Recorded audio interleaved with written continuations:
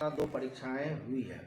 हमारे शिक्षकों ने संगठन के कहने के बावजूद भी शिक्षकों के हित में दर्शाए गए बातों को दरकिनार कर परीक्षा दिया, लेकिन हालात अभी भी बद से बदतर है। सरकार जिस षड्यंत्र रचा था उसमें शिक्षकों को फंसाने का अभी तक काम किया है।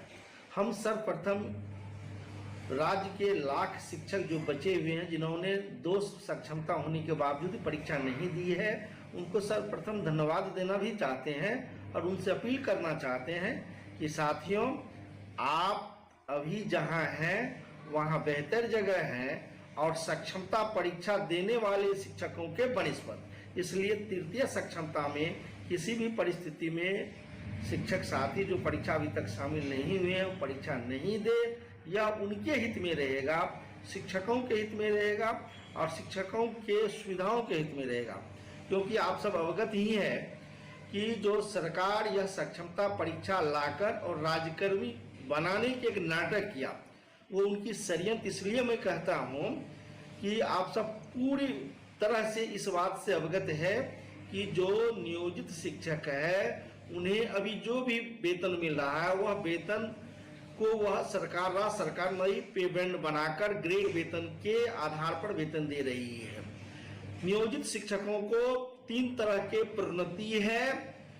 साथ ही जो नियोजित शिक्षक है उन्हें सेवा निरंतरता का लाभ है, कई ऐसे सुविधाएं हैं। और यही अगर नियोजित शिक्षक विशिष्ट शिक्षक बनेंगे तो इन तमाम सुविधाओं से वंचित होंगे।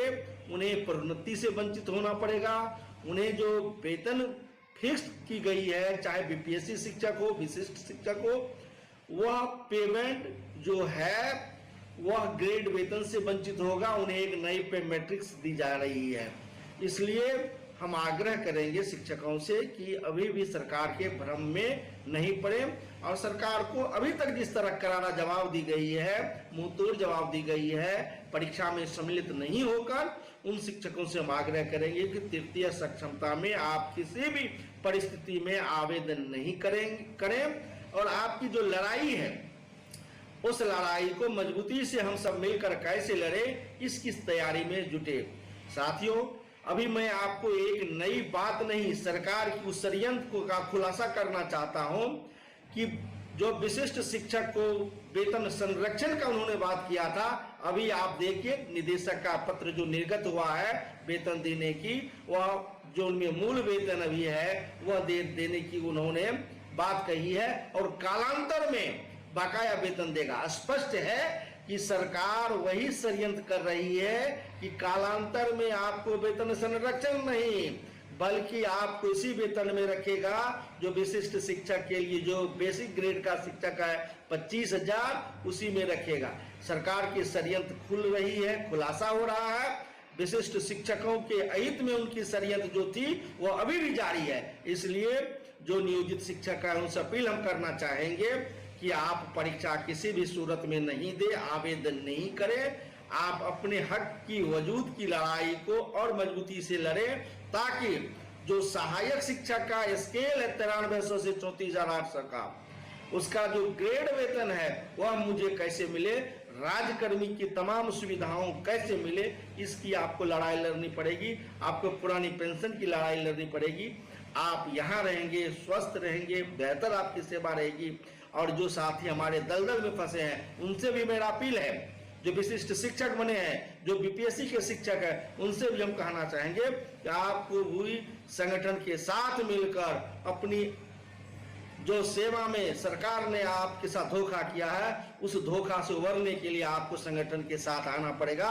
शिक्षक साथियों जो अभी तक डटे हुए हैं, सरकार के लिए वह एक सीख है कि शिक्षकों ने इतना होने के बाद परीक्षा नहीं दिया।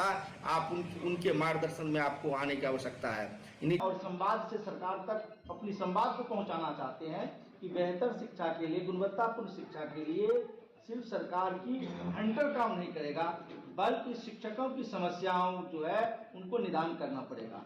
अभी आप देख ही लीजिए, एक सरकारी विद्यालय में कई किस्म के शिक्षक सरकार ने लाया है और सेवा सुविधाओं के आधार पर जो भिन्नता है वो जब तक उसका निपटारा नहीं होगा, उसका समाधान नहीं होगा, तब तक बेहतर शिक्षा की परिकल्पना सरकार की जो सोच है वो मुझे लगता है सफलीभूत नहीं होगा। ऐसी परिस्थिति में जो शिक्षक हमारे हैं, जो सहायक शिक्षक है, उनके जो पे मैट्रिक्स है, वेतनमान है, वो तमाम शिक्षकों को, चाहे नियोजित शिक्षक हो, विशिष्ट शिक्षक हो या विद्यालय अध्यापक हो, उनको दे। और जो राजकर्मी बनाने की सरकार ने ढोंग रची है, जो पे मैट्रिक्स भी नहीं है और राजकर्मी की सुविधा भी नहीं है, वो सरकार दूर करे। और स्थानांतरण के नाम पर जो शिक्षकों को प्रताड़ित की जा रही है, उसमें लगाम लगे, सरकार उसको हटावे, दूर करे। और सबसे बड़ा जो मुद्दा है कि जो वर्षों से काम करते हैं शिक्षक, उनके लिए जो पुरानी पेंशन शिक्षक कर्मचारियों के लिए सरकार ने समाप्त की है, उसको लागू करे। हमारा संवाद बेहतर शिक्षा कैसे मिले उस पर, और सरकार शिक्षकों की जो समस्याएं हैं, जो हमारे विभिन्न स्तर पर विद्यालय में शिक्षक प्राइमरी 10+2 हायर सेकेंडरी सारे में जो काम माध्यमिक में कर रहे हैं, उनकी समस्याओं का समाधान हो। मैं आपको यह भी बताना चाहता हूं, एक ही विद्यालय में जो शारीरिक स्वास्थ्य अनुदेशक के रूप में शिक्षक हमारे काम कर रहे हैं, तालीम मरकज के रूप में काम कर रहे हैं, टोला सेवक के रूप में काम कर रहे हैं, उनकी हालात और बदतर बनी हुई है। इसलिए सरकार एक तरह की नीति लावे और जो केंद्र और राज्य में पे मैट्रिक्स है शिक्षकों के लिए 9300 से 34,800 का वो स्थापित करे और बेहतर जिला संवर्ग बना के शिक्षकों को सम्मान दे। अगर सरकार शिक्षकों को सम्मान नहीं देती है तो हम शिक्षक संवाद से सरकार को संवाद करना चाहते हैं कि शिक्षकों की आस सरकार के प्रति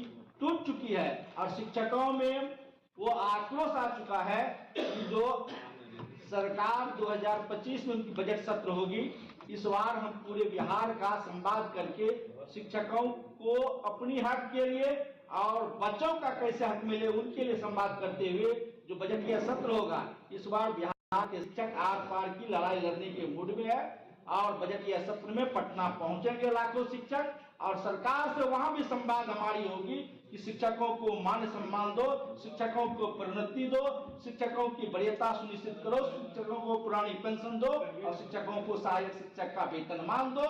बिहार में एक शिक्षक एक वेतनमान, पुरानी पेंशन चाहिए, यही हमारी लड़ाई है और इसी को लेकर हम संवाद कर रहे हैं।